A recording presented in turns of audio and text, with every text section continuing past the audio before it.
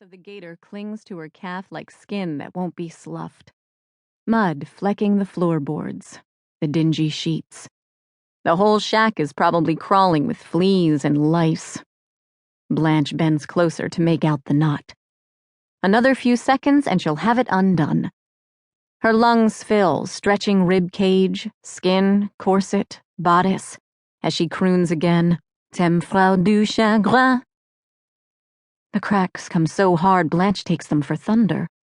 The hot sky must have finally exploded, forking its blades into the eaves of the 8 Mile house.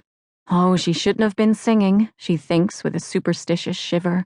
She's brought on a storm. Guess. Is that the start of a question from Jenny? Or just a gasp? The candle's out, and it's so dark here in the hinterlands. Wait, Blanche tells Jenny, lurching to her feet with her right boot still on. A sulphurous tang on the air. She's never known a thunderstorm to smell like that. Fireworks? But what is there to celebrate on the 14th of September?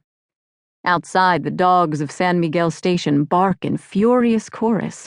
What can blow out a candle, knock it over, spatter its burning wax? Is that what's running down her jaw? John! That's Ellen McNamara in the back room bawling for her husband. A thump. Something falling near Blanche. Has the little washstand toppled off the bureau? John! Blanche's right cheek is dripping as if with scalding tears, but she's not crying. She swabs it and something bites. Some monstrous skeeter? No, not an insect. Something sharp. Merde! I've been cut, she cries through the stifling dark. No answer from Jenny. Behind the thin bedroom wall, in the saloon, a door bangs. McNamara, only half audible, and his wife and the children, shrieking too high for Blanche to make out the words. She's staggering now, the boards crunch under her bare sole. Glass. That must be what's cut her cheek.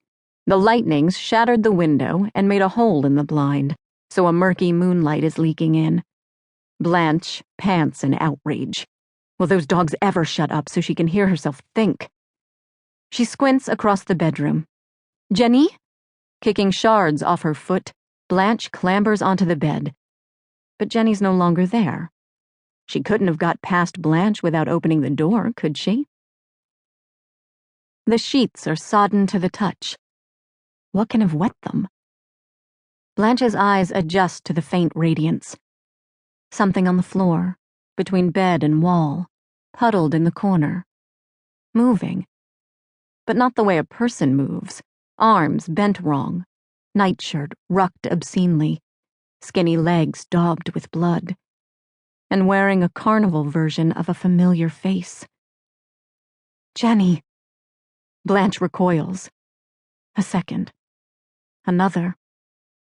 She forces her hand down to ward, to feel, to know for sure at least. But the geyser spurt against her fingers sends her howling back to the other side of the bed. She clings to the foul sheets. Light smashes in the doorway from the saloon, McNamara with a lamp. Miss Blanche, are you shot, or what? She blinks down at herself. Scarlet, all over. Not quite a month ago, at the House of Mirrors in San Francisco's Chinatown. From the piano, the soft opening chords of a waltz. In the very center of the little stage, rising like the stigma of a flower.